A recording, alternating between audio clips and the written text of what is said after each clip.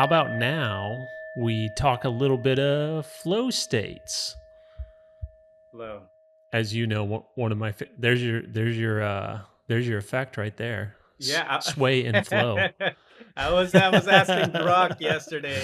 I was asking Grok. I'm like, how can I increase my DMT that's already existing inside my body? Like, I Yeah. want to enter the state of flow. Oh, dude, I've got the answer for you right now. Third time's the charm.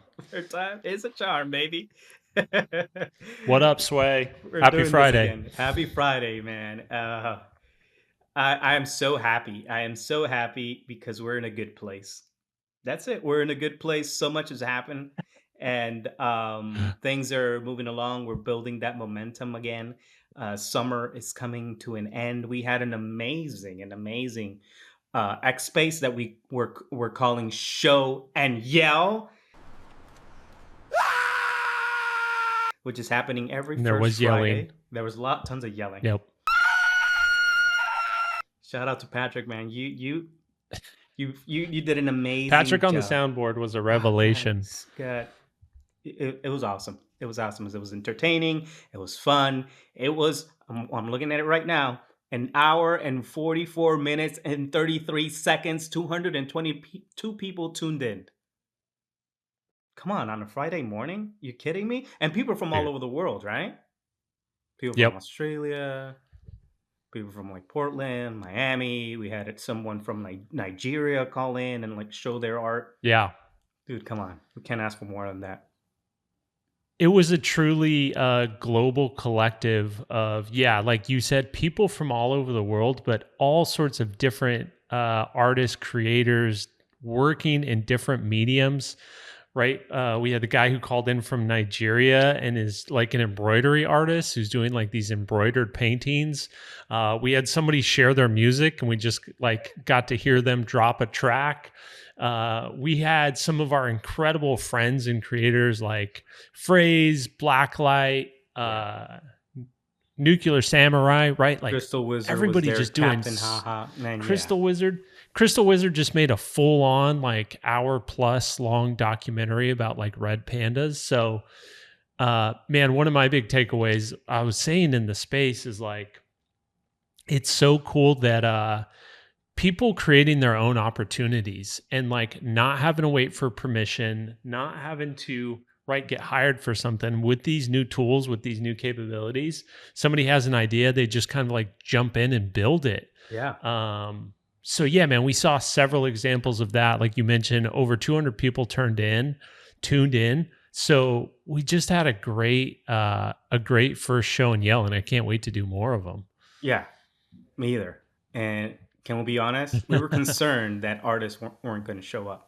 Right. So it's like, yeah, Yeah, let's lock in like at least, you never know. four First artists. time. 'Cause it's like, but man, 200 plus people showed up. And you mentioned something that was like, yeah, it's true. Like they even stuck around for the music at the end, right? It was like, that's pretty gnarly. That's Yeah. neat. Yeah. I'm So, so surprised because, yeah, dude, I mean, we started at an hour. We already pushed it to 90 minutes. This one went an hour 45. But then, even at the end of the show, we kind of close it out with like our new show and yell theme song. And I'm always amazed that, like, feels like 75% of people just hang around till the end of the song, like, and then they bounce. So, yeah, massive success. And, dude, just learned a ton of cool stuff and met a lot of rad people. yeah, yeah, totally. I mean, the goal for me has always been from the start, and I've mentioned this before, and in the spaces, is to just stage the day for the people. I mean, not for the people in Australia. It was like 1 a.m. their time, so thanks Cap and Nuclear for tuning in That's there with us. dedication, dude. Totally, Yep. and they sounded like they were just like, all right, like it was like morning, Yeah. to them. Yeah. Um, and it was just it's fun that we can kind of connect with artists and just you know just set them in and just I don't know inspire people, and we're inspired right back. So like Johnny said, Yep. and just in this space alone today we discussed about uh, video art, meme art, film, music, documentaries, embroidery, painting, generative AI, P5JS. So it's like so much, and we're just like Covered the really, gamut. yeah, dude. Yeah. I love it. I love it. And the next show, this showing is going to happen every first Friday of the month. Mhm. And now we're going to go back to our regular programming, which is bringing a special guest and bringing back people from like Object Marketplace. We're going to dive deep into like Web3 metaverse convo with Von Doom. So I'm really excited about that, because we're kind of like covering all our bases, and all that serves as inspiration, you know. Yep. So really neat. And there's so much happening sort of in the creative space, right? There's all these like different kind of offshoots based around like these new capabilities, these new tools. You get people who are focusing on memes, you get people who are on-chain artists, you get people who are just going hardcore on like AI video generation and just creating like their own shows and miniseries of that. And so exciting and encouraging to see. But also I love that like we're creating a single shared space for everybody to come together. And this is one of the things we were talking about in the spaces is like no matter what sort of like medium you're working in or your style, whatever it is, like creativity is universal and you get to hear from everybody and you get to see those through lines of like how play is an important part of their process, how like Mhm. just getting repetitions up and exploring is such an important part of the process, how we all have to like share this content and kind of market it in the same ways to get attention. Like, right? Everybody's sort of dependent on that.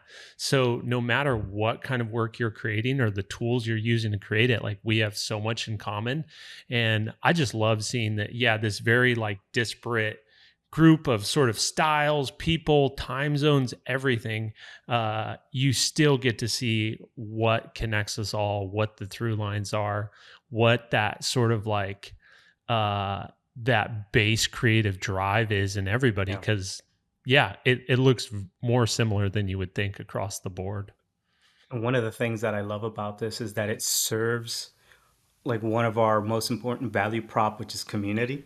And we get to build Hmm. on like and really emphasize on the importance of building relationships.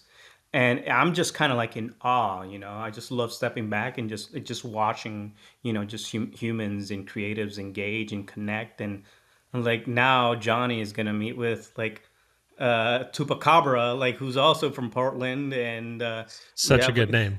yeah, it's a great name, and So and good. we have all these people now. Like a bunch of people follow me, I follow them back. Some dude from Miami, he's building a tool for AI creators. We get to give spotlight him, and it's so cool. It's so cool that we get to experience that and almost be like be used in that capacity to just make those connections happen. So Yep. yeah, And that's what's so cool about being a part of an industry that's like still like just percolating up and coming into its own is because you really can have influence, right? And you can connect with these people on a first name basis who yeah, like I mean, there's already a lot of people in the community that you can tell they're just going to skyrocket and go on to do like very big things.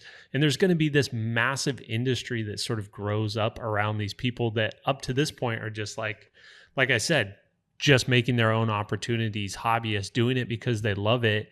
And it's cool to see like the world start to pay attention and you hear more and more about people like right these AI production studios that are coming hmm around, people getting hired for these big commercial gigs because yeah, we're just at the sort of precipice of it.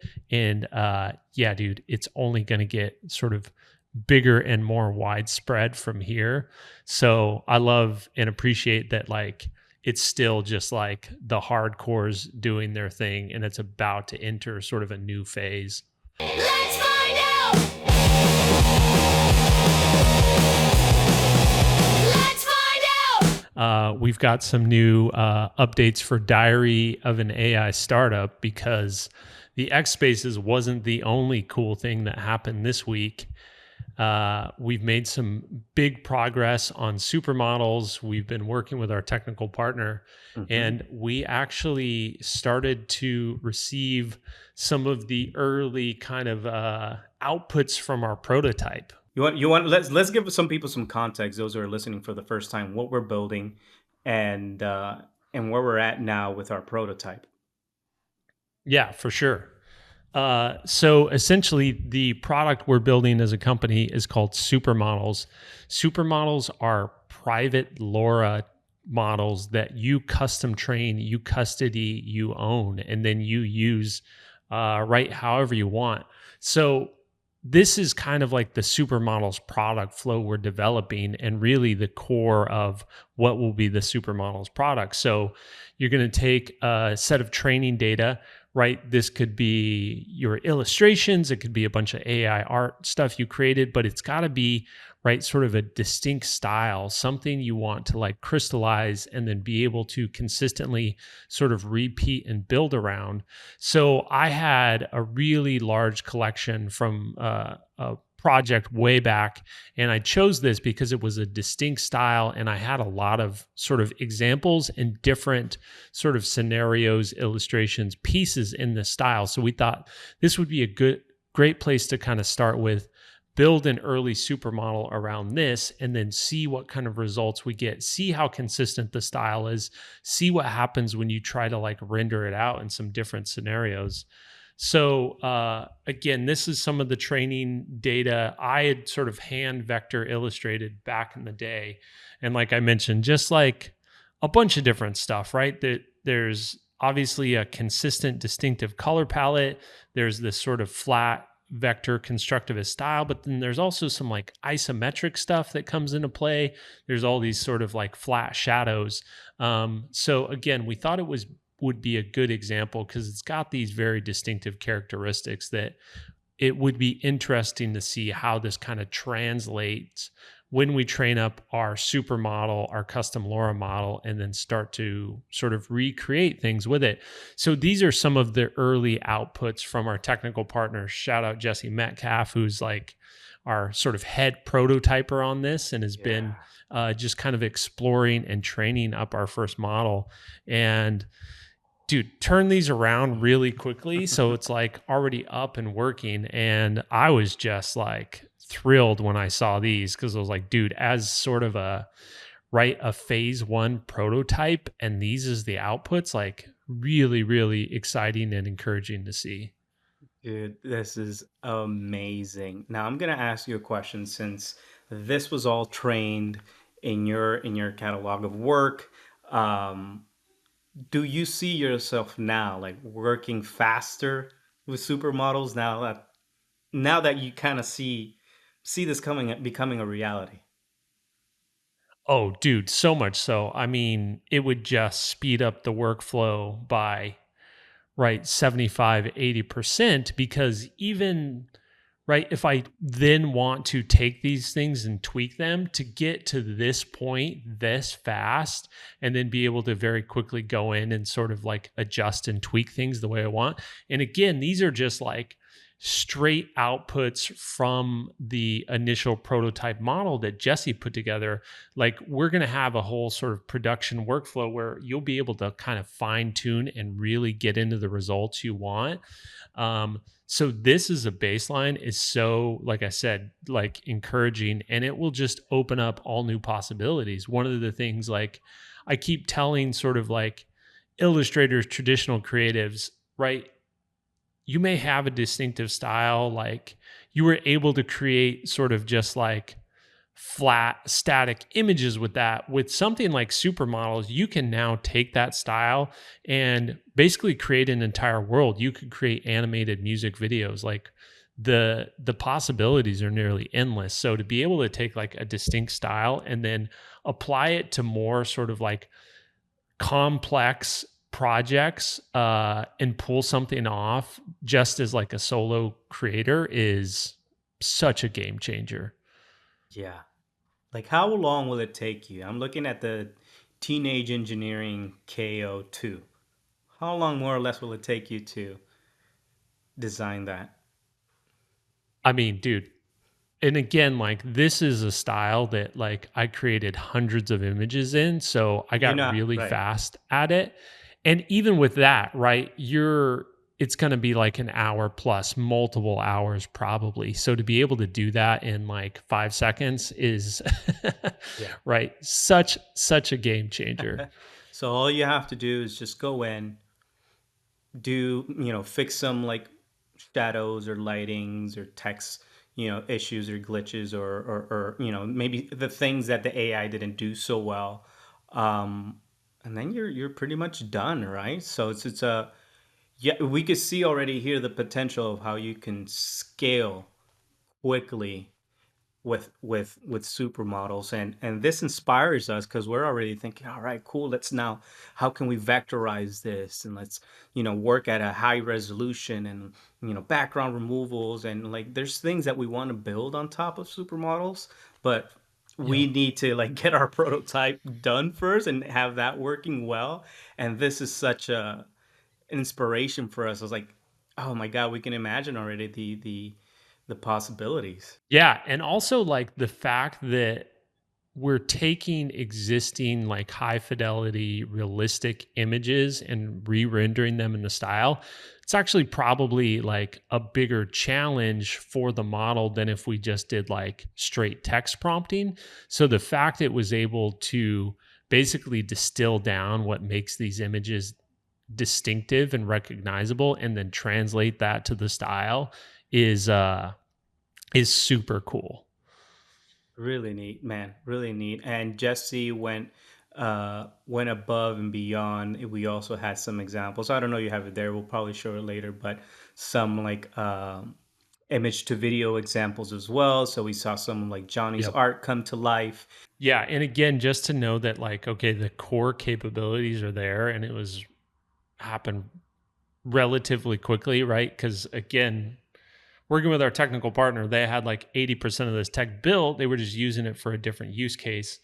So the fact that they have this and like can just kind of knock this stuff out, and then we can start to build the more sort of holistic project as we're imagining it on top of it. Again, like this training studio where you can really get into the nitty gritty and fine tune your results. Um, yeah, man, it's just like you were saying, to have those core capabilities kind of like already there and be able to build additional sort of tool sets, capabilities on top of that, things are going to get really exciting really quickly. Yeah. I also want to emphasize one of we had early conversations with Jesse when we were proposing to him what we wanted to do with the supermodels. I left with hope because when we pitched it to him, when we and shared with him our vision, he was like, "It's possible, and it's unique, Yep. and I haven't seen anything like it." I'm like, "That's awesome."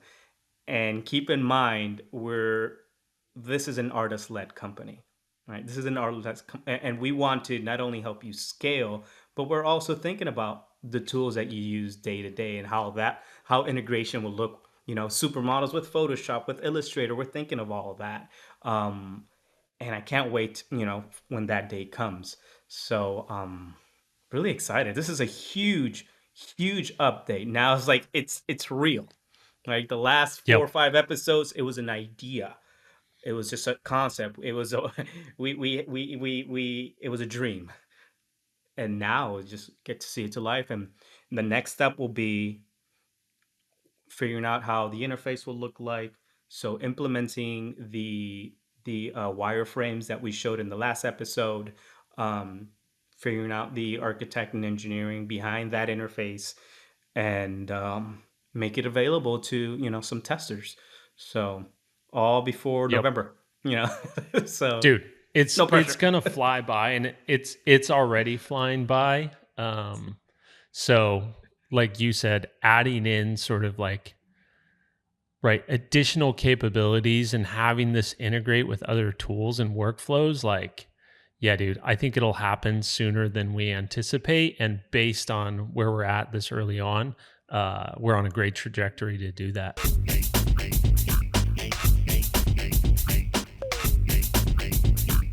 Let's talk some Gen AI tools. Um, really didn't get to play with much this week because I was so focused with like promo content for show and yell. But I think that's also a good opportunity to show you guys how I did that.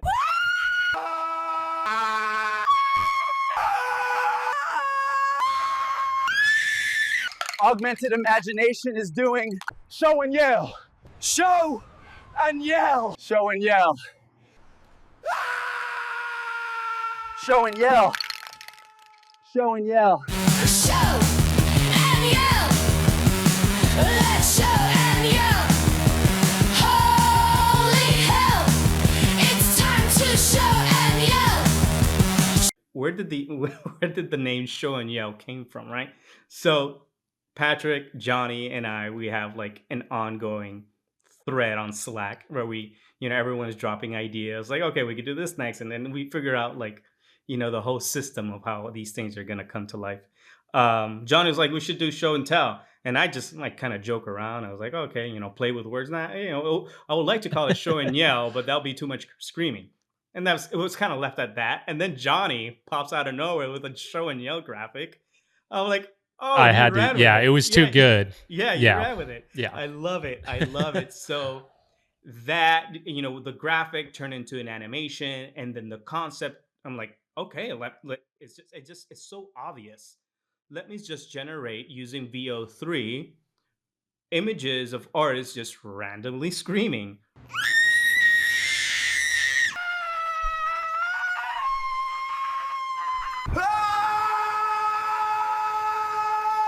All right, and see how that looks. If I compile a bunch of them, if I have a montage of a bunch of artists screaming just randomly, um, Dude, the baby gets me The every time. baby. The baby screaming is so good. I try to cover all my bases. People of all colors and ages and stuff. So like, we gotta have Let's a get a baby. baby in here, too. Yeah. Why not? Baby scream all the time, so it just makes sense. And Absolutely. I shared the first version with the team, and then Johnny threw into like a great idea. I was like, they should be holding art. I'm like, yeah, of course they should be holding art. So went back to VO3, and there's something unique that I did with VO3. So like this whole thing that's popular right now is like people are prompting with JSON scripting, right? So I'm not a coder, I'm not a developer. Like I know how to generate a JSON script. I use an LLM. So what I did is I just went to ChatGPT. I'm like, ChatGPT, this is the image that I want to create, and this is the action. This is the character. This is what I want them wearing. This is the environment, the location. Like I want my character to be a painter and artist. So he's dressed in a specific way. He's in some sort of alley, art district. He's running towards camera, screaming. Give me a JSON script for that, because apparently VO3 responds well to it. So I started running some tests with that, and it really didn't. Much later on, this focus stopped. The focus stopped being about like the JSON scripting and more about like the actual content. Patrick gave this wonderful idea, like, dude, it'll be awesome if we can throw like the art from the artist that we're going to have a special guest inside those frames. I'm like, yeah, but how? Right? If you watched our last recording, we went over how we can use Runway's tool Aleph. It's a model that understands the context of what's happening inside a scene to really pretty much do whatever you want inside of it, right? You can add effects, special effects, you can add objects, you can do anything, change the environment. So I simply said, you know what? I added that clip. I didn't regenerate the clip. It was the same clips I created in VO3. I threw it inside Runway, and I asked Aleph, hey, just remove the picture and add a green screen in there, because what I want to do is just take this and post, chroma key out the green and track the artist's art in there. Check this beauty out. She's the fastest hunk of junk this side of Alpha Centauri. Your hair smells like potential. Also, I've already written 17 love songs about your filing cabinet.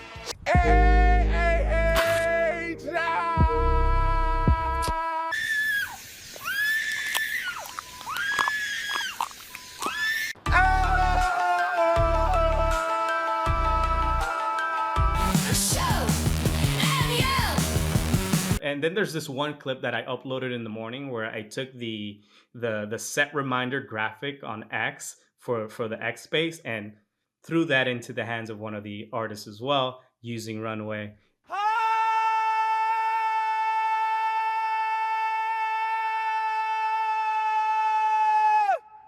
The point here is like you don't need to stick to one tool, guys. It's just like what's the strength of one and what's the Yep. strengths of the other, And I was hopping between, Mid Journey, Runway, VO3, Runway, until I got what I needed and I was satisfied with it, and it served what it needed to, like I wanted it to to accomplish, which was like create that awareness that hey, Show and Yell is happening this Friday. We need you to tune in. I love what you mentioned, right? Like don't feel like you need to just stick to one tool, but also like an important piece on like the creative process is how this all came about. Like you threw out an idea, I created a graphic for it. You created something, a baseline video. I had a suggestion for that, created that. Patrick had a suggestion for that. So it's just like that's how you do this, right? You just kind of like volley ideas back and forth. Don't be too precious about it. Don't get attached to it. And then we're all just sort of like riffing on each other's ideas. Like if there's something that comes about and you're excited about it, you're like, I'm just going to run with it and do it. And that's what's so fun about like working in sort of our dynamic, our group. And I think some of the best creative comes out of that. So like, just roll with it. You just reminded me because I know you were impacted by it. There's something that Phrase said today, right? In the spaces where working with AI feels like playing jazz with the machine, but we're also playing Such a good jazz with line. our friends as well, right? Yep. So it's really neat what can come out of that when you're open to it, right? When you put ego on the side and an idea could be a one up to yours and that's completely fine, and I'm really happy with what we were able to put out there in the world. So really neat. Another tool that really impresses me is there's a draw to video feature out right now for the Higgsfield platform. Pretty much you can upload an image and prompt on top of the image using text, shapes, arrows, and you hit generate and the model understands the prompting that you prompt literally on top of that image. Like you have a picture and you're drawing on top of a picture. This is what you're doing with this feature. And I did it wrong the first time. I already found out how to do it right. So the model understands that you're drawing on top of it, and what it does, it goes ahead and removes the prompt and adds the action. So if you have a subject, if you have a subject where I don't know how we can run that example here, but I'll probably test with some other way. But if we have a What if sub I'm looking at your Sunnyside ape behind you. What if we've got you in frame and then Sunnyside egg comes out of top of frame and then lands on your forehead? That's a great idea. That's a great idea. So what we could do is have an arrow pointing down either over my face or over my forehead and just prompt with text a fried gooey egg running down subject's forehead, right? And we'll see how that looks.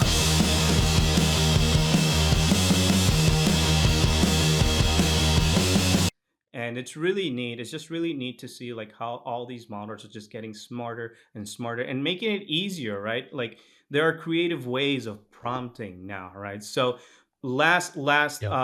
last episode I showed you guys how you can prompt with your voice using Grok 4. You can literally use your voice to just generate images and video. That's impressive. You have Runway's model that understands like the whole context inside a scene. That's really cool.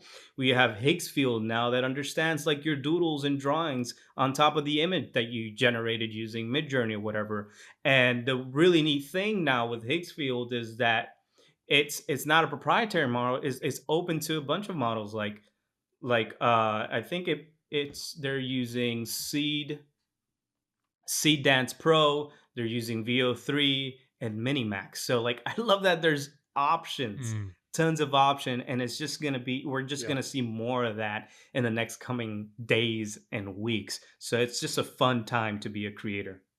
Yeah, and I love that this tool economy is developing to be composable and like interchangeable, because you've got all these different pieces like you were just mentioning, Sway. Like you've got to use 3-4 different tools to get the results you want, and it feels like increasingly so the tool companies, manufacturers are recognizing this and making it to where like these things can just kind of plug and play with each other. Yeah, man. And like these tools are breaking out of the chat box too, and the sort of the prompting, the gestural prompting is such a great example of this, and it's only going to get better.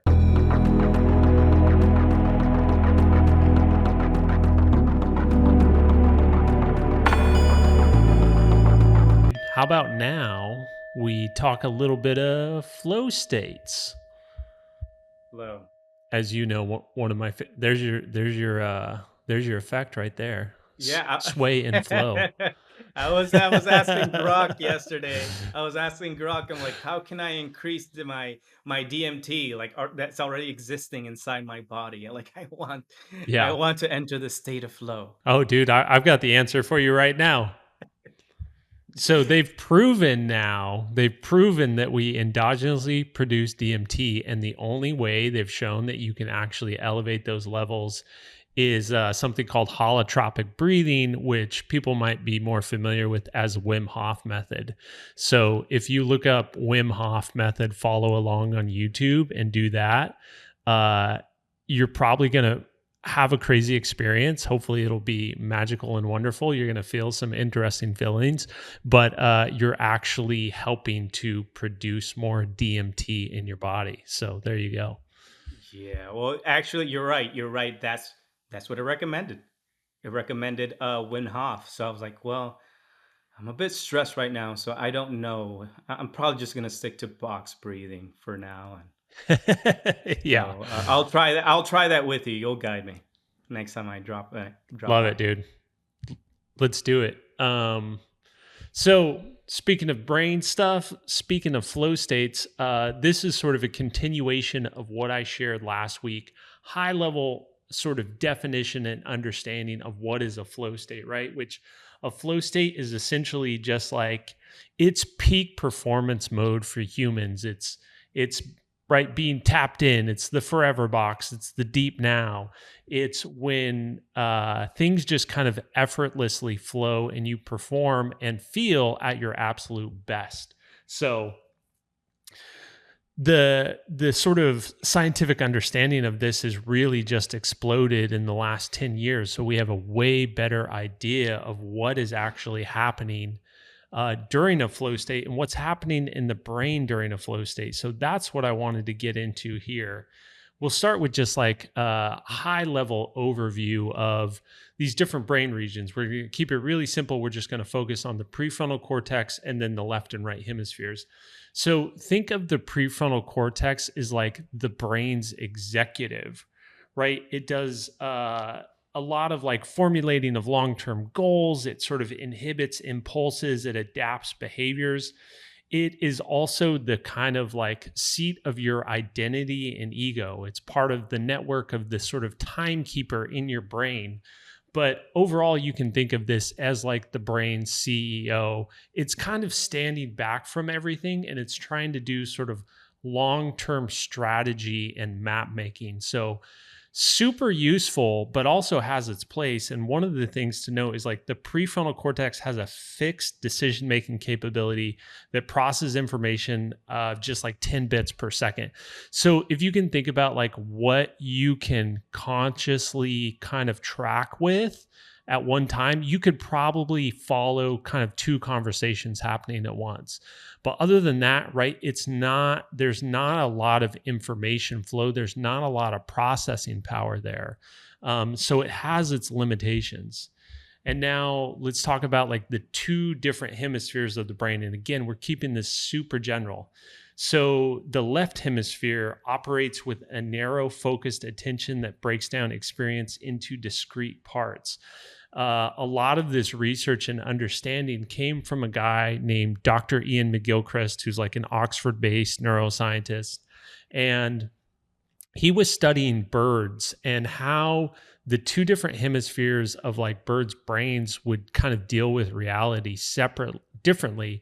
And the main thing he kind of narrowed in on was, right, the left hemisphere is this sort of zoomed in view where like everything is sort of analytical, very broken down. It's more concrete. So it is sort of like the micro version of your brain. I like to refer to it as like the implementer. So, right, you've got a big task, like you want to know the necessary steps in order to achieve it. This is going to be your left hemisphere, which is associated with people that are, right, like more analytical, more mathematical, more just kind of like foundational overall. Whereas the right hemisphere, this is what's kind of referred to as the visionary.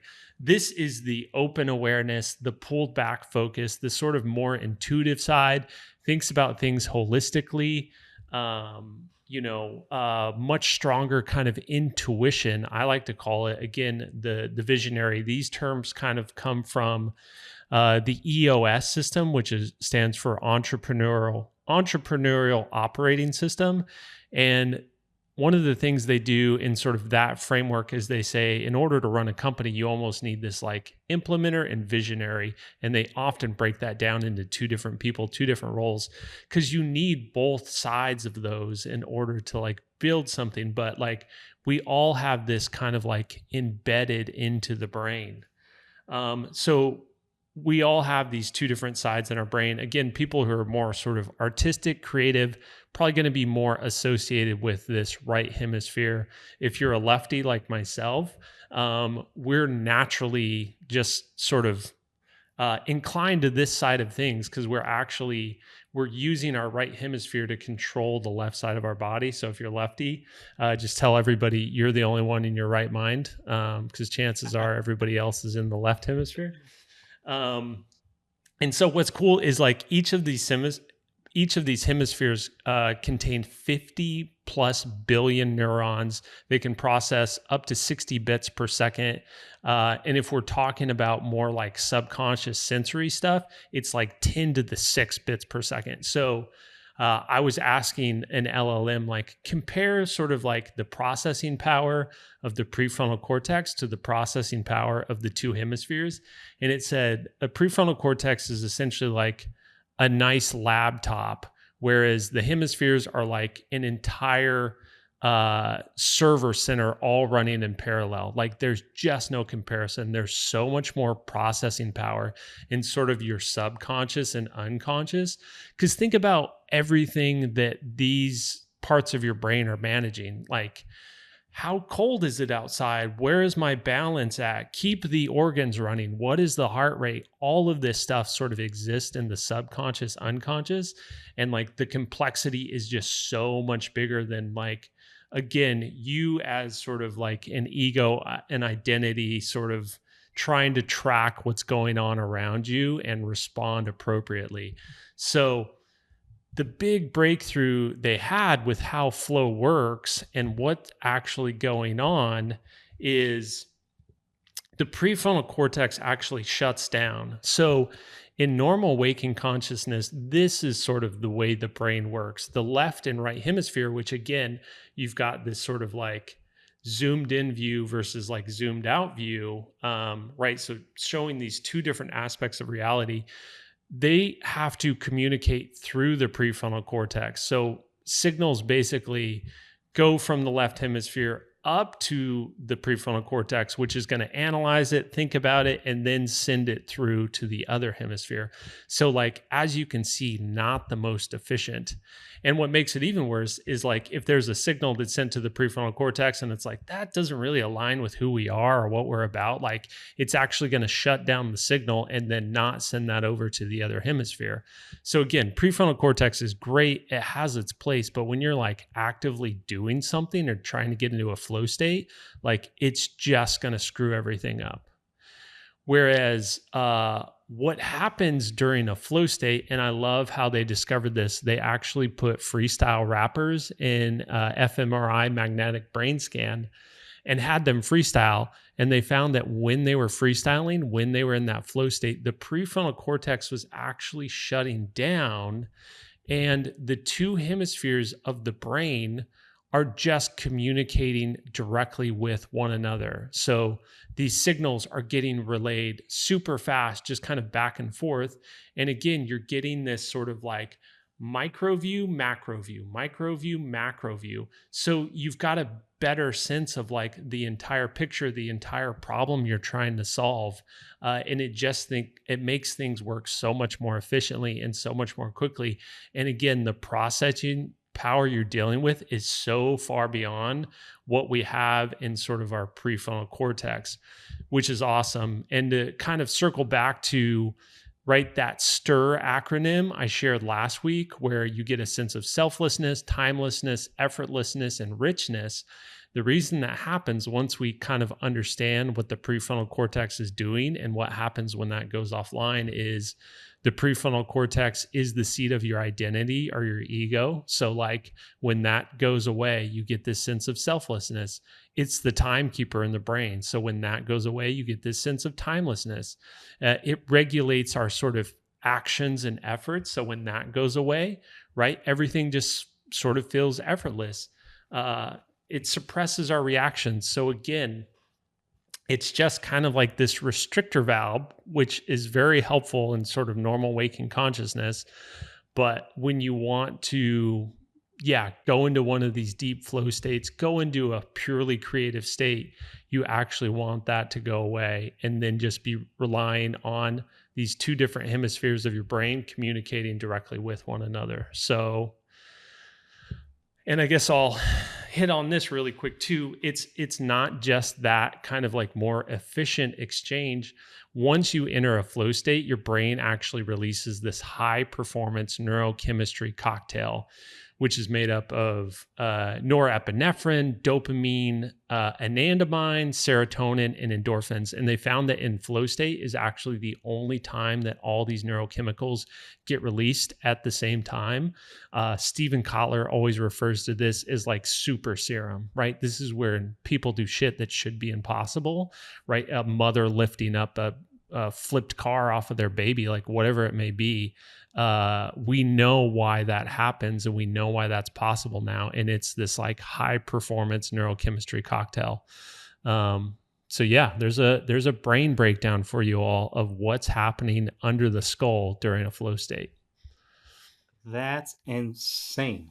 So what the goal is here? How do we get to that bilateral thinking flow? Because when you're not hitting that, you're obviously thinking more about yourself. You're obviously putting more focus on time. Things are harder, right? You're more in a state of restriction, right? And paralysis versus like flow. What are some Yep. if someone watches this is like, okay, I want to experience that. What are the next steps? Yeah, dude. Well, great segue. And I'll go more in depth on this next week in sort of what I call like flow hacking 101, which again, the reason I wanted to set this up and give everybody a high level definition and then help them understand what's happening in the brain during this is like, once you understand that, it's really easy to kind of like hack your way into a flow state. So you nailed it. It's like, we need the two different hemispheres of the brain talking directly to one another. So one of the easiest ways to do that and bypass the prefrontal cortex is to go on a walk. Because in going on a walk, the two different hemispheres are controlling the two different sides of your body, and your motor cortex is sort of in the back of your brain. So it's not like it's going to send signals all the way up and then over. So that's just one way that like the two hemispheres are already wired to talk directly to one another. So if you just do something as simple as like going on a walk, you're going to prime those two hemispheres and that bilateral thinking and really help yourself get into a flow state. And right, when people hear this, they're like, oh, no wonder it's like you want to go on a walk or you want to clear your head. What do? You go on a walk. You're going on a walk with your family. You're probably going to have incredible conversations, like whatever it may be. Right. There's a reason for that. So it's really fun to sort of recognize like how these things connect and then how you can sort of leverage them to get yourself into this optimal state for creating. Thank you for that. Good stuff. Yeah, man, my pleasure. I hope it's useful to people. And I know I get a little bit nerdy with the brain stuff, but having that foundational understanding is such a game changer. So yeah, I hope it resonates with people. Yeah, I'm sure it does. I'm sure it does, and will help a lot of people. So, and I think this applies to not only creators but everyone. Everyone has access to this, and you recommended the book "Stealing Fire," which which is what a lot of your presentation, like most of your presentation, comes from that book, right? So it's a great Yep. read. I'm halfway through it. Um, just finished the pharmacology section. So Yeah. yeah, It's got enjoying some it. wild sections in there. Yeah, and really crazy examples. So hence why I was googling like on DMT and end up on How do I get some Joe Rogan. DMT? Do I have to go do ayahuasca or can Right, I, like yeah, it's like ayahuasca ritual at home. How? Yeah. Oh, Oh, so man. good.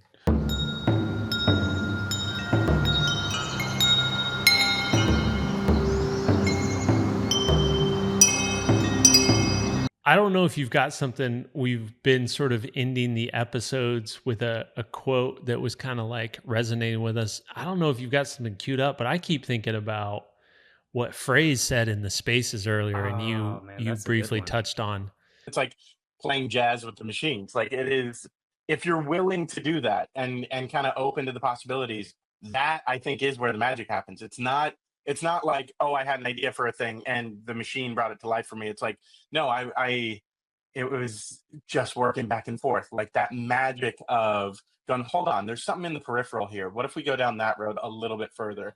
And you end up, 100 iterations down, and you're in a completely different world than you began. Like that is magic. That is the magic of the space, I think.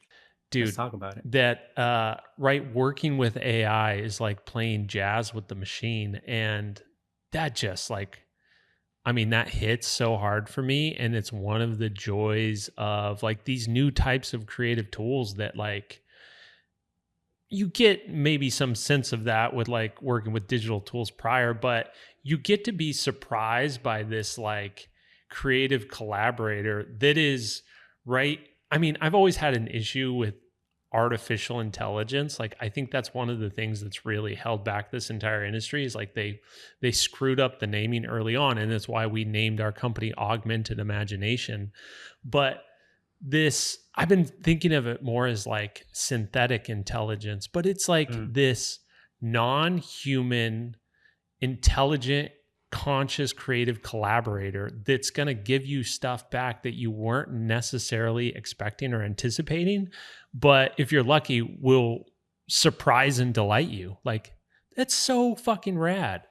Yeah, I think most of these creative tools outside of like ChatGPT and Grok, the only thing that's missing is that memory that tools like ChatGPT has, where it understands Mm-hmm. you, right? And that's something that we're trying to do with supermodels, where the model knows, your style and that sort of thing. But we'll love to see if these video and image tool understand you at a level that ChatGPT does, where it has all this histories, chat history, and context about you, where you can give it instructions, and it really then becomes a creative partner, and that whole like playing jazz with the machine will like really reach another level, and I can't wait for that. And I'm pretty sure someone is coming up with that.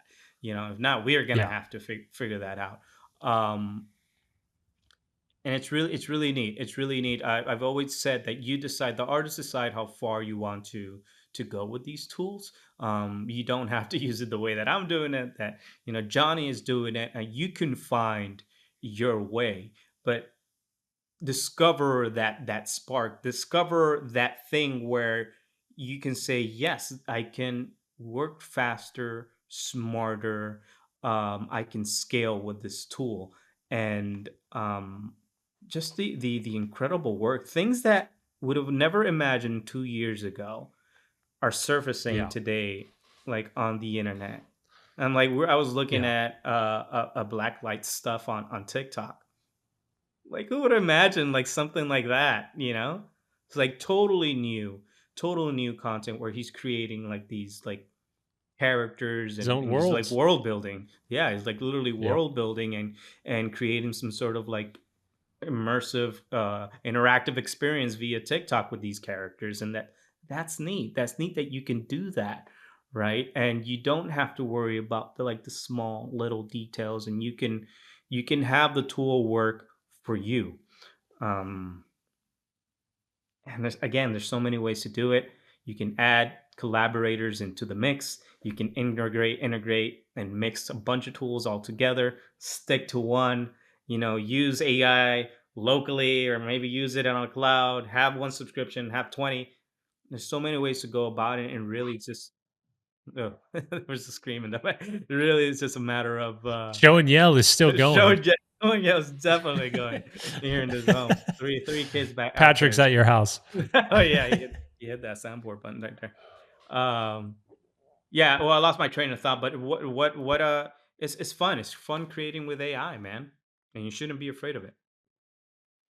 It is, man. So fun.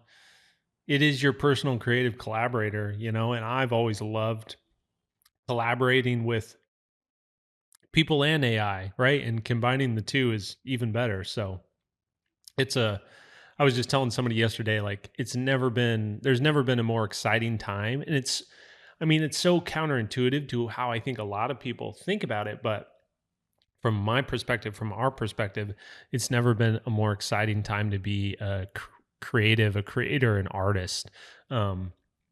Because if you can dream it, you can build it. Another big takeaway is something that you mentioned too in the space where you can. It's evident that with these tools you can literally create your opportunity.